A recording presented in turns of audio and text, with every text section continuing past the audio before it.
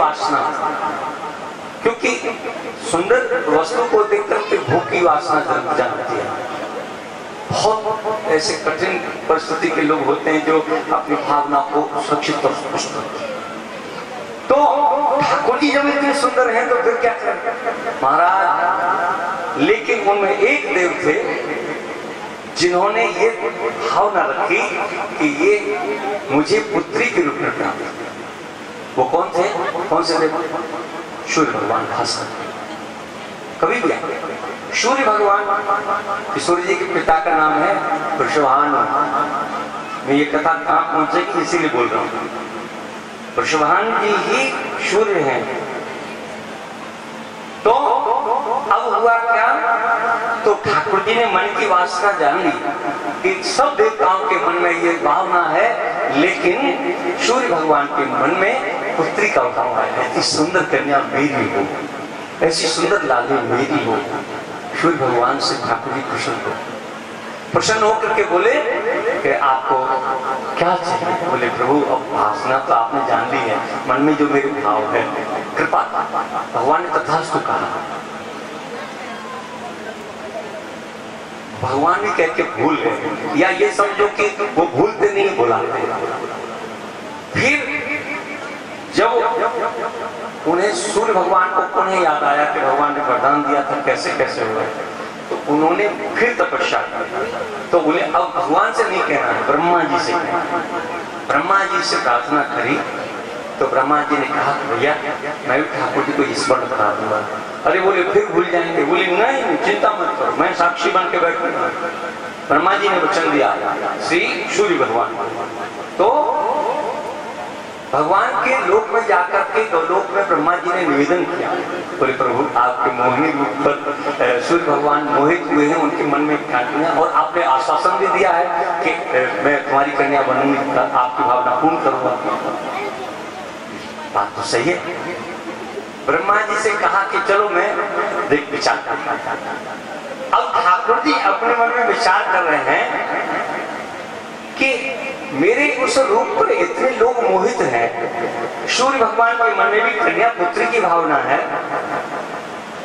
मैं ये तो देख लूं कि मैं कैसा लगता हूं। स्वयं तो अपने आप को भी देखा ही नहीं ठाकुर जी ने। बोली यदि सब लोग मोहित हैं मैं देख तो लूं। अब सुंदर दर्पण के आगे खड़े हुए लोक में, और उन्होंने सुंदर श्रृंगार बनाया, और सुंदर श्रृंगार से, और ज्यों ज्यों वो श्रृंगार करते जा रहे हैं, बहुत सुंदर मरण की अवतार आपको अंतर, ये सब चर्चा में साझा नहीं करता। तो जैसे ठाकुर जी धीरे धीरे धीरे धीरे अब ज्यों ज्यों उनका रूप श्रृंगार बनता जाए, क्यों तो ठाकुर जी को आनंद होता है, उस रूप के प्रति अपने दर्पण में ही आकर्षित हुए चले जाते हैं। और उसका परिणाम ये हुआ कि जब पूर्ण रूप से श्रृंगार कर लिया ठाकुर जी ने, इतने मोहित हुए, उसी स्वरूप में से श्री किशोर जी का प्रकट रहा। इसीलिए लोग कहते हैं ना कि मैंने ये चर्चा कभी करी नहीं, श्री राधा रानी ठाकुर जी के ही स्वरूप, श्री राधा कृष्ण स्वरूपम वही कृष्णम राधा स्वरूपम कलात्मानम निकुंजस्थम श्री गुरु रूपम सदा भजे। इसलिए भांडीर वन में आपको जब गए हमारी यात्रा में, भांडीर वन में ब्रह्मा के द्वारा ही श्री प्रिया प्रीतम का विवाह करा था, विजना वेद विधान का तीनों ब्याह रचा। तो ये सब लोक चर्चा नहीं है। अब ये कोई कैसे क्या प्रमाण है, ये सब प्रमाण, तुम जिंदा हो ये प्रमाण है, मर जाओ तो क्या प्रमाण दोगे? लोगों की ऐसी ऐसी मूर्खताएं हैं। इसलिए तो श्री, अब मैं वहां से चल करके फिर सूर्य भगवान सुचंद बने, सुचंद के बाद में वृषभानु बने, इसीलिए उनका नाम वृषभानु है। गौ के नाम है, गौ वंश का नाम वृषभ होता है, तो जो वृषभ का पालन करे, गौ वंश का पालन करे, उसे वृषभ और भानु माने सूर्य होता है। इसलिए श्री किशोरी जी के राधा रानी के पिता साक्षात सूर्य भगवान है। और ब्रह्मा जी ने कहा जहाँ नंद गांव में बरसाने में, जहाँ बरसाने में आज जिस पर्वत पर किशोर जी का महल है, आज वृंदावन में किसी या ब्रज में जाकर के बरसाने में पूछना कि ये कौन सा पर्वत है, तो बोले ये ब्रह्मा जी है ना। ये चर्चा मैंने आपको इसलिए श्रवण कराई है, ठाकुर जी याद आ जाती है तो कह देता हूँ, नहीं आती तो आप जानो, आपके घर भूल जानो। मुझे मतलब ये नहीं सोचता हूँ कि मैं यहाँ तक जब तक आता हूँ कि क्या जो आप सबको दर्शन होता है कहने का भी होता है। आज प्रातःकाल हमें किशोर जी का जन्म दर्शन, मैं बहुत डरते सही में बता रहा हूँ। मैं सोच रहा था कि यदि 100 में से 10 को लोगों को भी समझ में आएगी तो मेरा सफल हो जाएगा। और आज मैं प्रणाम करता हूँ उन भक्तों को जिन्होंने अपने प्रिया प्रीतम की सदैव लीला का दर्शन किया। आगे नहीं कुछ लेना। अब थोड़ी सी ठाकुर जी की जन्म की भूमिका का दर्शन करेंगे। कंस महाराज के कारण आते हैं ठाकुर जी। कथितो वंश विस्तारो भवता सोमशूरयो राज्यां जो है वंशानां चरितम परमाद्भुतम यतोष धर्मशीलस्य नितरां मुनिसत्तम। कथितो वंश विस्तारो भवता सोमशूरयो। सुखदेव जी से कहा राजा परीक्षित ने, आपने चंद्रवंश सूर्य वंश का वर्णन करके बताया और श्री कृष्ण चंद्र को क्या, हाँ चंद्रवंश में सूर्य भगवान श्री कृष्ण का जन्म हुआ, उनके चरित्रों का तो वर्णन किया ही नहीं आपने, हुआ बस। भगवान सुखदेव प्रसन्न हुए। मैं भी चाहता हूँ कि तुम्हें कृष्ण चरित्र की पिपासा हो रही। बोले अब यदि तुम्हारी प्यास जागी है तो मैं विस्तार से कथन करूंगा। और मथुरा जो वृंदावन के निकट है, वहाँ के राजा उग्रसेन है, उनका आतताई पुत्र है कंस। ये सब बार बार कहने की आवश्यकता नहीं, ठाकुर जी की चर्चा करते हैं। लेकिन क्योंकि ठाकुर की लीला के अंग हैं, एक बार तो दर्शन करना। कहूं कथा सुंदर सुख देनी, कथा सुंदर सुख देनी, अघहरनी वैकुंठ नसेनी, अघहरनी वैकुंठ नसेनी, ताको सुवर्ण कंशयति पापी, ताको सुवर्ण कंशयति पापी, असुर बुद्धि भयो जग संतापी, असुर बुद्धि भयो जग संतापी।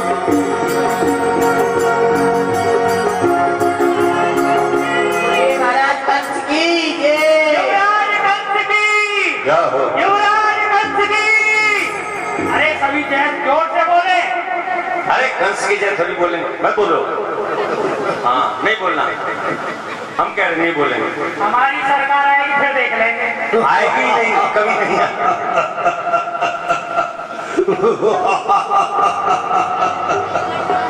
दीवान जी महाराज, एक समय की बात, हम महल के बाहर खड़े हुए थे। प्रातःकाल का समय था। हमारी दृष्टि अचानक महल की 18 गांव के ऊपर पहुंची। हमने क्या देखा? क्या देखा महाराज? एक सुंदरी अपने केशों को सुखा रही थी।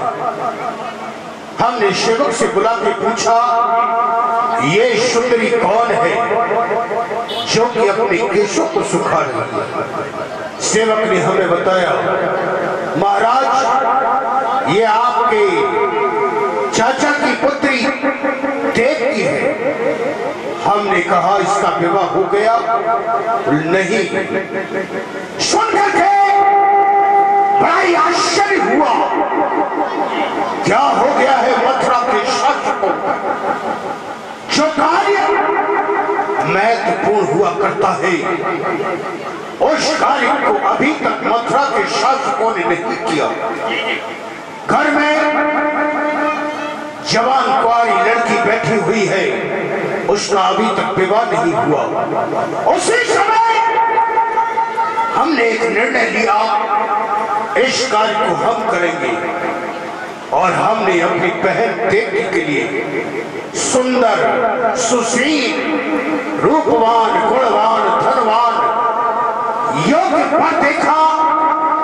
बटेश्वर निवासी सूरसेन महाराज के पुत्र श्रीमान वसुदेव के साथ में हमने अपनी बहन का विवाह बड़ी धूमधाम से किया। देश देशांतर से राजा महाराजा को बुला करके उनका स्वागत अभिनंदन किया। सभी ने बड़ी प्रसन्नता की। ऐसा विवाह आज तक किसी ने नहीं किया। जैसा कि आज कंस ने अपनी बहन बेटी का विवाह किया, सबको विदा किया। कुछ कमी विवाह में रह गई हो उसे भी बताया जाए, उसे हम पूरी करेंगे। जी महाराज, हमने देखा है कुछ विवाह के बाद में भूमि दान, कुछ द्रव्य दान, कुछ आभूषण दान, उसको कन्यादान कहते हैं। कुछ आप भी कर दें। कन्यादान कहते हैं। जी जी महाराज। यथार्थ में वो कन्यादान है। आज की परिभाषा में उस शब्द को बदल कर रख दिया, उस शब्द को दहेज का रूप दे दिया। वो दहेज नहीं है, एक कन्या को दिया हुआ एक दान हुआ करता है। जो कन्या घर में जन्म लेती है, परिवार के लोग पाल पोस के उसे बड़ा करते हैं, परिवार के लोग उस कन्या से बड़ा स्नेह प्रेम करते हैं और बड़ी होकर के उसका विवाह करते हैं। और विवाह होने के उपरांत जब पिता का समय आता है तो उस कन्या को प्रसन्न करने के लिए, प्रसन्नता के लिए उसे कुछ दक्षिणा दान दी जाती है, जिससे कि उसके मन में कष्ट न हो। वो ये न सोचे मैं जिस घर में जन्म लेकर के आई थी, बड़ी हुई, आज मेरे परिवार के लोग मुझे इस तरह से घर से बाहर निकाल रहे हैं। प्रसन्नता के लिए उसे दान दिया जाता है दक्षिणा के रूप में, जिससे कि वो प्रसन्न रहे, उसे कन्यादान कहते हैं। इसलिए हम अपनी बहन को कन्यादान देना चाहते हैं। लिखा जाए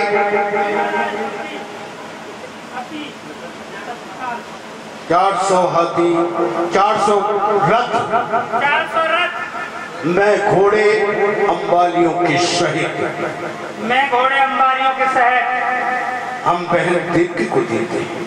बुआ जी को दिए जाते हैं। 800 हाथी, 800 हाथी, 10,000 दास, सूंड वाले या बिना सूंड वाले महाराज? सूंड वाले नहीं, बिना सूंड के वो होते हैं जिनको केड़ा हाथी कहते हैं। में काम आते हैं महाराज। केड़ा हाथी, हाथी। अच्छा, हाथी।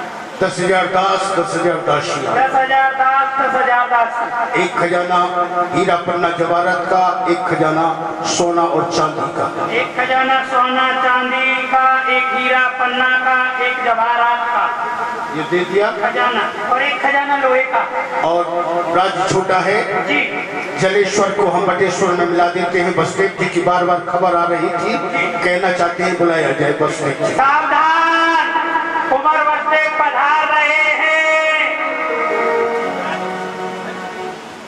सावधान, पधार रहे हैं।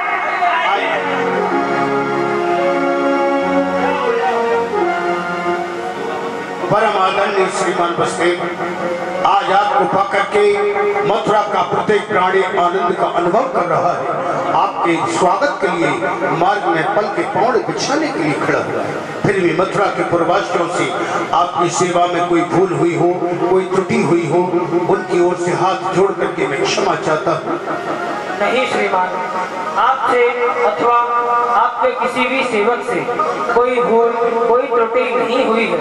सुबह गर्मी पड़ रही थी, पंखे कम थे, वो भी पूरी कर दी जाएगी। दीवार आपका सेवक बार बार आता था, कहता था कि आप अपने राज्य के लिए जाना चाहते हैं।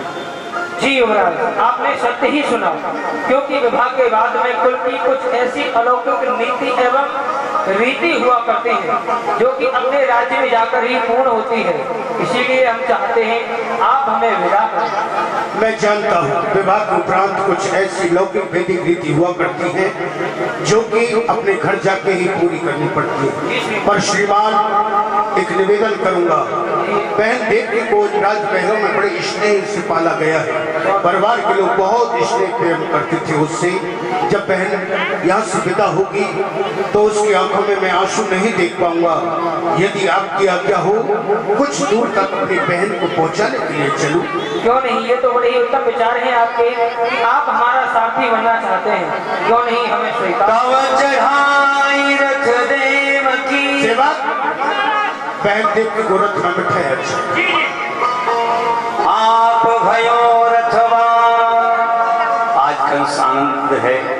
कुछ अच्छा किया मैंने, अभिमान नहीं करना चाहिए।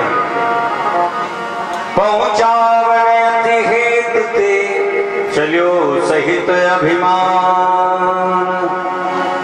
और बड़े गर्व के साथ जैसे ही रथ आगे बढ़ा,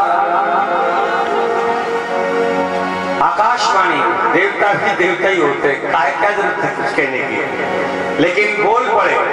राजा कंस प्रसन्न मत हो ज्यादा। ते ही क्षण गिरा विशाल होत वही आकाश ते, होई कंस ते काल देवकी को सुत आठव। जय सच्चिदानंद। अरे राजा कंस, तेरे अत्याचारों से ये पृथ्वी अकुला रही है। क्षीर सागर में सोने वाले उस नारायण को जगा रही है। ये कौन बोला? क्या मेरे अत्याचारों से ये पृथ्वी अकुला रही है? क्षीर सागर में शयन करने वाले उस नारायण को जगा रही है। हुआ है किसका साहस? मैं मुझ पत्थर से टकराकर पड़ा है कौन आज?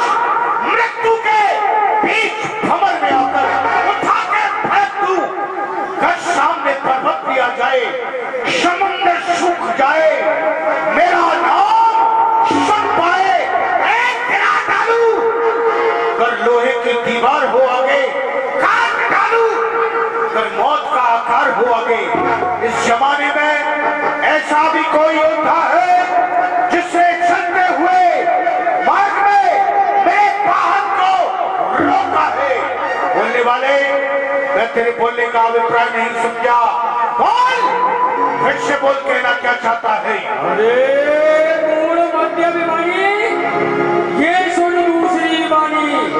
अरे राजा कंस, तू जिस बहन देवकी के विवाह में इतना खुशहाल है, तो हम बतलाते हैं इसका अष्टम नाम तेरा काल है। काल है, अशक्त है। काल को मैंने बंदी बना रखा है। 33 करोड़ देवता मेरी आस्था स्वीकार किए हुए हैं। हिमालय सागर मेरी कीड़ा के निकेतन है।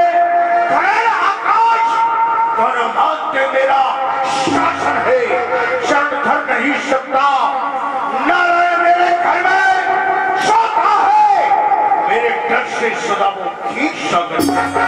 कंस, ये देववाणी है, कदाचित सत्य हुई और देवकी के उदर से 8वां पुत्र मेरा काल बन के आ गया, तो तू क्या कर सकता है? आज तेरी भुजाओं में शक्ति है, सब कुछ कर सकता है। इसलिए आज मैं देवकी को मिटा के दूंगा। न होगा बांस तो बनेगी बांसुरी क्यों कर, न होगा लोहा तो बनेगी छुरी क्यों कर। उखाड़ूंगा मैं चढ़ी को, बड़ेगी डाल फिर कैसे। न होगी देव की जीवित तो चलेगी काल फिर कैसे। काल को जन्म देने वाली काली नागिन उतर, रथ से नीचे उतर। केस पकड़ देवकी गहरी नींद, नहीं कछु कान बहन की कीनी। खंगने कार हाथ में लीनो, मारन की मनसा मन की। भैया भैया भैया भैया, देवकी देवकी, तेरा कुछ दोष? तेरा दोष कुछ नहीं। तू बिना कुछ अपराध? अपराध भी तेरा कुछ नहीं। तू भैया कि अचानक शस्त्र का वार, क्या आपका मस्तिष्क फिर गया है? मेरा मस्तक फिर गया है, और जब तक मेरा फिरा हुआ मस्तक तेरे मस्तक के टुकड़े टुकड़े नहीं कर देगा, शांत नहीं होगा। कुंठित हुई है इस समय सब शक्ति जान की, प्यासी है मेरी खड्ग केवल तेरे रक्त पान की। नहीं नहीं भैया, आज आप ऐसे बोलो मत बोलो भैया।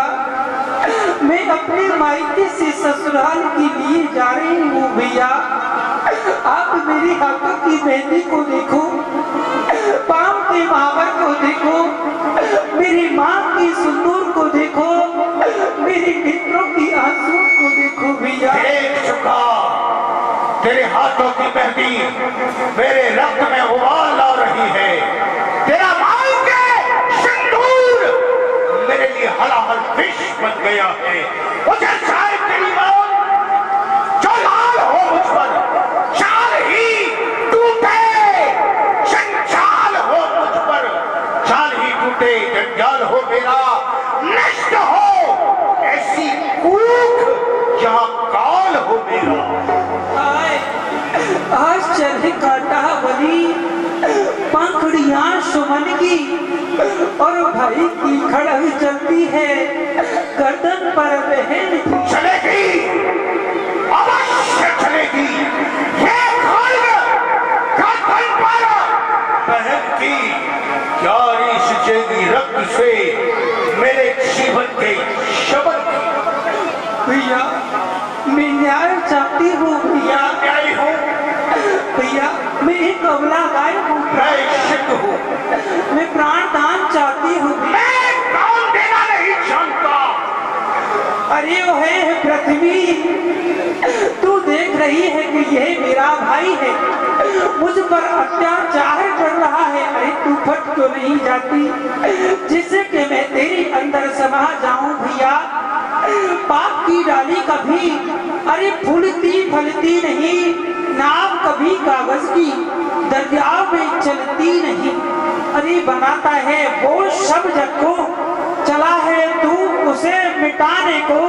अरे चला है घी उबल करके अग्नि के बुझाने को।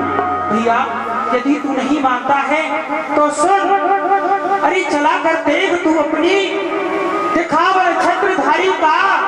अरे मुझे केवल भरोसा है उस सुदर्शन चक्रधारी का।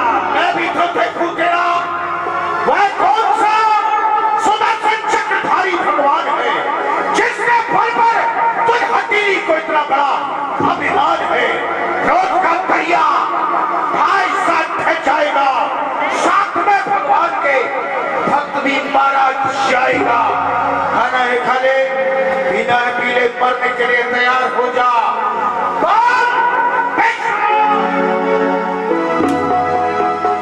श्री वसुदेव जी ने रोक दिया।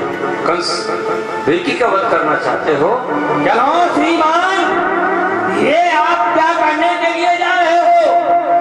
वसुदेव तुम भी अड़े आते हो? नहीं, आप ही इस गलत मार्ग पर जाते हो। वो किस तरह? वो इस तरह नहीं, ये कर्म क्षत्रिय का उठाए शस्त्र अबला पर नहीं, ये नीति किया क्या जताए जोर अबला पर। तुम्हारी बहन ए भूपत अभी मंगल के घर में है। अरे जरा कुछ सोचिए मन में, बना कंगन भी कर में है, कुछ नहीं तो उस कंगन की शर्म करो। ये कंगन किसने बंधवाया? आपने। मैंने। मंगल सूत्र किसने पहनवाया? मैंने। ये मां किसने भरवाई? अरे जिस गाय को कंस कर सकता है उसे मैं भी सकता है। जब बांधी थी अब तोड़ूंगा, खींचूंगा और मरोड़ूंगा। नहीं जरूरत इन चूड़ियों की, इन चूड़ियों को मैं तोड़ूंगा। अरे शर्म करो युवराज, शर्म करो। नहीं ये कर्म क्षत्रिय का किया है एक कुल का दूध, जरा उसकी शर्म रखो। अरे ये तलवार करो म्यान में, क्षत्रिय धन रखो। और सुनिए, ईश्वर ने गुणासुर भवानी भोज शस्त्र सप्तम भग्नि हिम्यात स्त्री बुधवा पर्वणि, जो आपका जन्म है ये भोज वंश में हुआ है। जो आपका भोज वंश है वो कोई साधारण नहीं है। आपके भोज वंश में सदैव से ही गौ ब्राह्मण वृद्ध स्त्री इन सब की रक्षा होती हुई आई है, ना कि इनका वध। आज आप एक अबला को मार करके अपने वंश में तालमा नाम का टीका लगा रहे हो। धिक्कार है, एक बार नहीं बल्कि लाख बार धिक्कार है। जवान को संभालो, नहीं देख सकते तो मुंह मोड़ लो। अरे वाह, आंखें खोल लो। हम मुंह मोड़ ले अथवा आंखें खोल ले। अरे खोल ले आंखें तो आए था संसार में, हमें जन्म लेना था किसी कायर पुरुष परिवार में।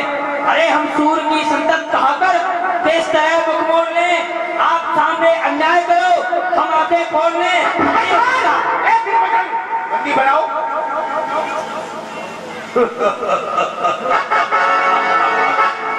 अब तक इस महल से एक अर्थी निकलने वाली थी, अब 2 अर्थियां निकलेंगी। बस तुम भी देवकी के साथ मरने के लिए तैयार हो। देखो आज मैं यहाँ आकर के कौन बचाता हूँ।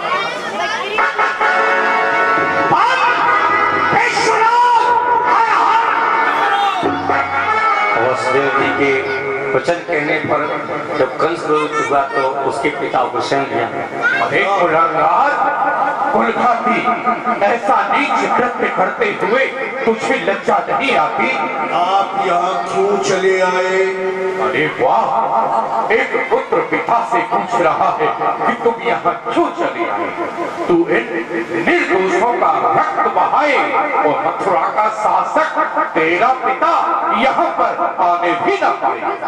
मैं तुझसे पूछता हूँ, तू जिनका वध कर देना चाहता है वे दोनों तेरे क्या लगते हैं? मुझे नहीं मालूम कौन है ये दोनों।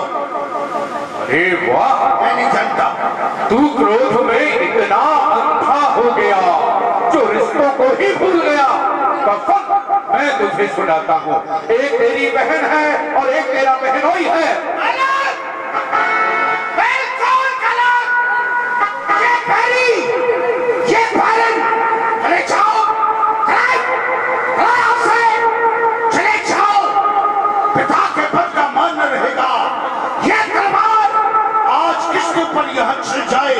इस बात का भी मुझे भान न रहे। अरे वाह वाह, अरे मदान, आज तू इतना हो गया कि तेरी तलवार किसी पर चल जाए इसका तुझे ध्यान नहीं रहेगा।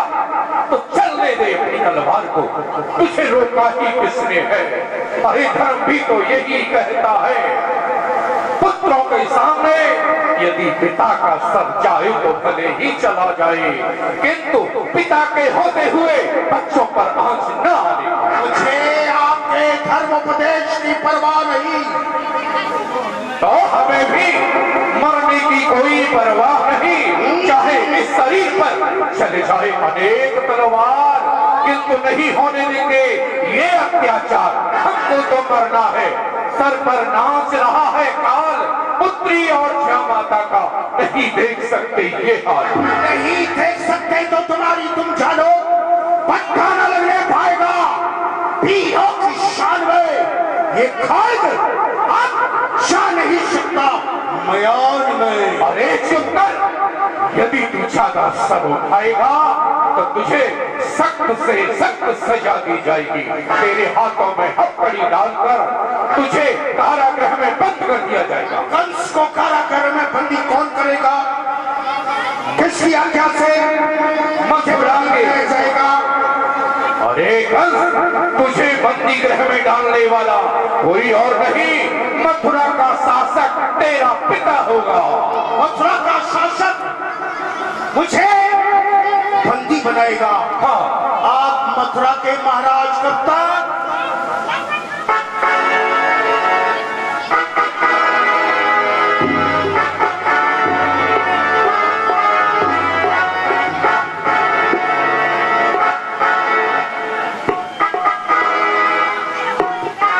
जिसके सर पर ताज वही महाराज। देखो तो किसके हाथ में पड़ती है हथकड़ी, पहुंचा पकड़ के किसको चकटती है हथकड़ी। जब आप भी आ चुके घातक विचार में, तब आपको ही भेजता हूं शक्ति कारागार में। वीर बजरंग, डाल दो बुड्ढे के हाथों में हथकड़ी, ले जाओ कारागार में।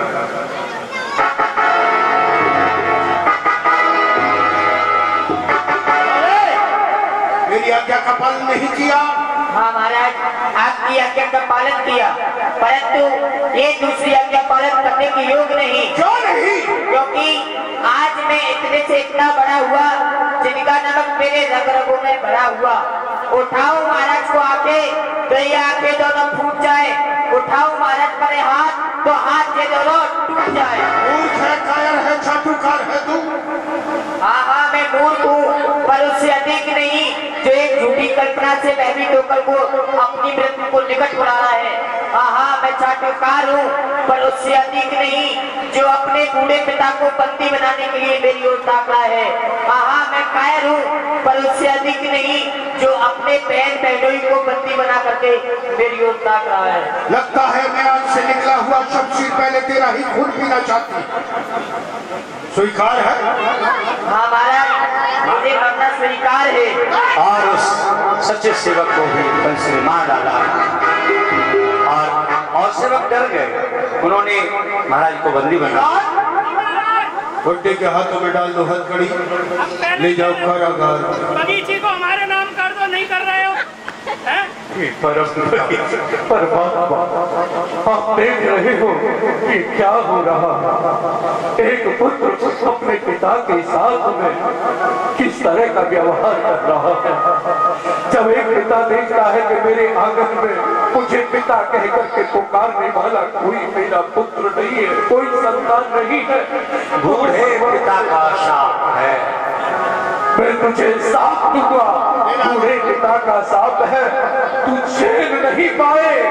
अरे बदला तेरे कर्मों का तेरे सामने आए। जिस देवकी पर आज तू ये घर को खाए, संतान इसकी तेरा अस्तित्व भी। चेलों को सुनाना अपना ये तराना, यहाँ में चलेगा कोई बहाना। ले जाओ। तब वसुदेव कहो करी जोरी, राजन सुनिए विनय मोरी। आश्चर्य की बात है, कंस तो आज सब कुछ भूल गया है। जब इसने अपने पिता को नहीं छोड़ा तो वसुदेव तू इसका होता ही कौन है। इसीलिए चार नीति होती है। इस समय मैं नीति से कार्य लेता हूँ, शांत नीति से अपने कार्य को पूर्ण करता हूँ। राजन, मैं आपके सामने एक विनय करना चाहता हूँ। बोलो क्या कहना चाहते हो? मरने वाले की सुनेंगे। प्रथा देवकी को जनि मानो, या को सुत है शत्रु तिहारो। सब सुत या के हम सो लीजे, जीवदान प्रभु या को दीजे। राजन, आप देवकी को व्यर्थ में मान रहे हो। व्यर्थ में क्यों मार रहा हूँ? सुन वसुदेव भई न वाणी, तुम सुनी कछु नाय छुपानी। क्या आकाशवाणी को तुमने नहीं सुना? देवकी का अष्टमलाल मेरा काल होगा है?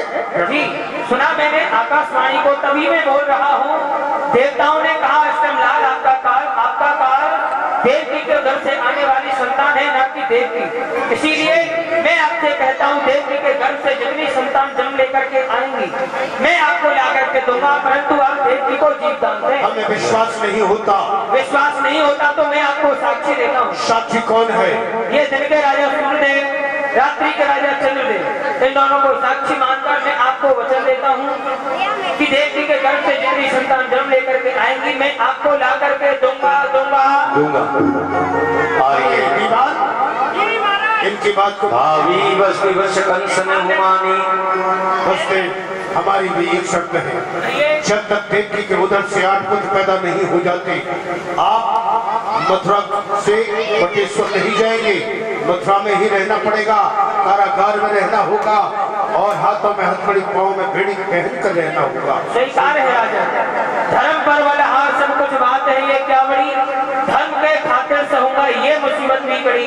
अरे 4 दिन की चांदनी मौत लेने को कड़ी, धर्म के खातिर पहनूंगा हंसकर हाथों में हथकड़ी। पहना दो, पहना दो, हथकड़ी पहनाओ, कारागार में डाल दो। और मार्ग में जहाँ रथ गया था, जहाँ ये घटना घटी, कंस भी महल के लिए लौट आए, बंदी जन बना लिया। सब जानते हैं कि देवकी और वसुदेव को कारागार में डाला और महल में पहुंच करके कंस ने अपने सेवकों को आदेश दिया कि यहाँ पहरा लगाओ। पहरा लगाओ, कारागार पर सख्त पहरा लगना चाहिए। 10,000 योद्धाओं को कारागार पर तैनात कर दिया जाए। जी महाराज, चिंता ना करो, यहाँ के नहीं बहुत दूर दूर से बुलाया मैंने पहरा तैयार करने के लिए, पहरा लगाने के लिए। हाँ, से भी लाया। ठीक है, रिटायर हो गए तो उनको भी बुलाया। अरे भैया, लड़ने वालों की जरूरत नहीं है, रक्षा करने वालों की जरूरत है। और इस प्रकार कंस ने देवकी वसुदेव को कारागार में डाला। हम सब जानते हैं कि जैसे जैसे बालक हुए, पहला बालक हुआ तो एक बार तो कंस ने जीवित छोड़ दिया, लेकिन दुष्ट ज्यादा देर तक दया नहीं करता, ज्यादा देर तक दया नहीं करी। और फिर नारद जी ने भी कुछ ऐसा घुमाया उनको कि ये बाल हत्या करे, और ऐसा हुआ। फिर उसके पश्चात 1 2 3 4 करके 6 बालक, यही विधिखट बालक मारे मात्र का अति भय दुखारी। आप देखें देवकी तो दुखी हुई है, लेकिन वसुदेव के यहाँ कभी मन में मथुरा में तेरे जन्म लियो बजे गोकुल बधाई रे बनवारी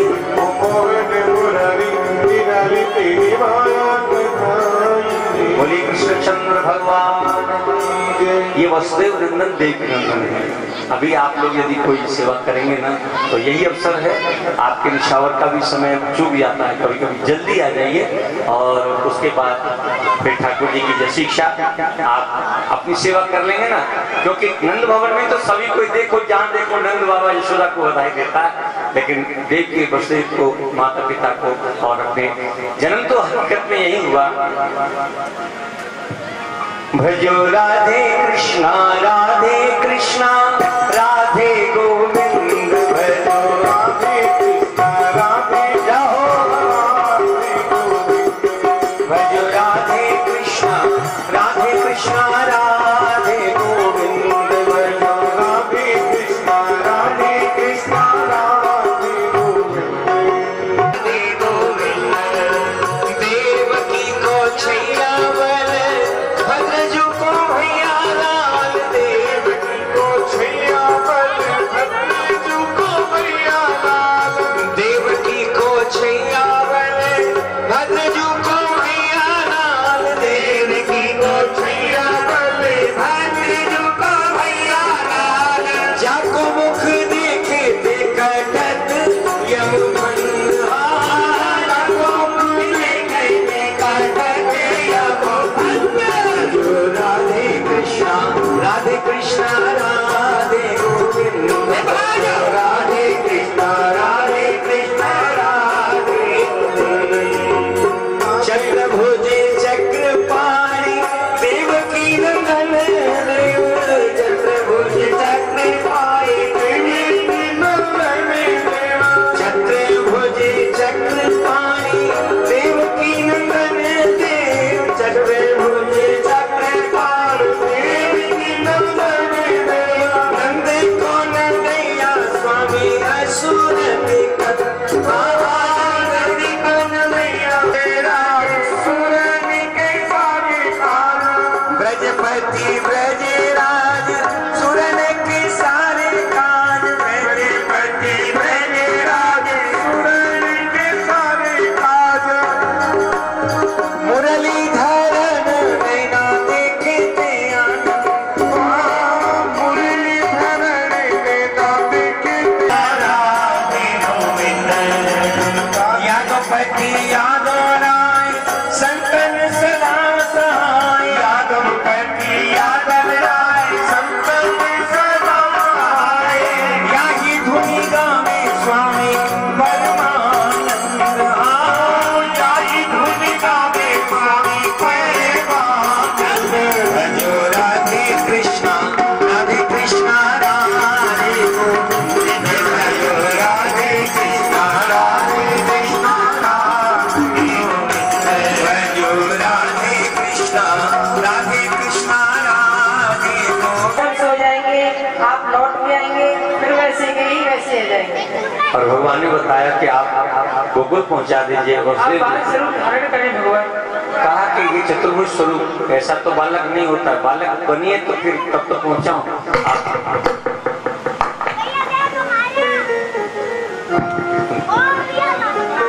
और भगवान ने जैसे वसुदेव जी की प्रार्थना सुनी, भय तुरंत शिशु यद पुलराई, छोटा सा बाल रूप धारण किया। यही तक लीला, और अब तो गोकुल पहुंचाएंगे ठाकुर जी को अपने। और क्योंकि बाल रूप में जब तक यशोदा जी घर में नहीं आ रहे तक नहीं लीला कर बनेगी, इसीलिए ये लीला मैंने यहाँ तक तो कम से कम पहुंचा और गोविंद गोकुल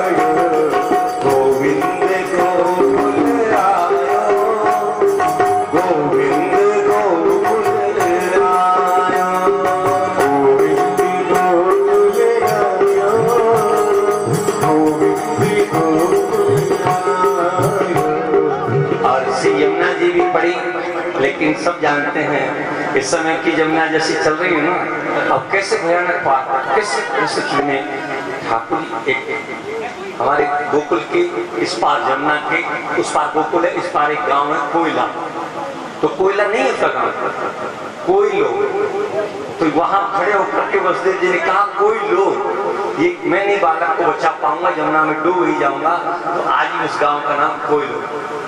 तो इस स्थानों के थल के गांव है, आप जाएंगे कभी भी जाते तो कोई लोग गाँव में। तो जैसे ही यमुना में प्रवेश किया कोई लोग लक्ष्यधन मनसी मनमाही और यशोदा मैया के भवन में गोविंद पहुंचे हैं। आज बाल कृष्ण की ही आरती होगी, आप लोग सब खड़े हो जाए, एक बार कीर्तन करिए। हाँ कोई बात, श्री वसुदेव जी तो कंस के भय के कारण निकल गए कन्या को लेकर के, और यहाँ यशोदा मैया तो सो रही है, गोविंद खेल रहे हैं उनकी गोद में। क्यों नहीं मथुरा के लिए चलता हूँ, नहीं यदि कंस को पता चल गया तो पता नहीं वो अत्याचारी मुझे क्या दंड देगा, इसीलिए शीघ्र मैं मथुरा के लिए चलता हूँ। खड़े हो जाए सब लोग, आरती जला दें, पर्दा के बंद कर दे, ईश्वर यही झांकी चाहिए, यही जस की तस। ठाकुर जी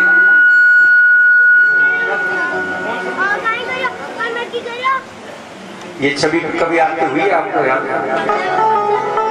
सो रही है मैया, खेल रहा कन्हैया। हाँ आगे आगे और आगे आइए, आगे आइए, थोड़ा सा नजदीक से आए। आरती की भावना जिनकी है वो लोग ऊपर आएंगे, लेकिन ये देखो एक बात बताऊं,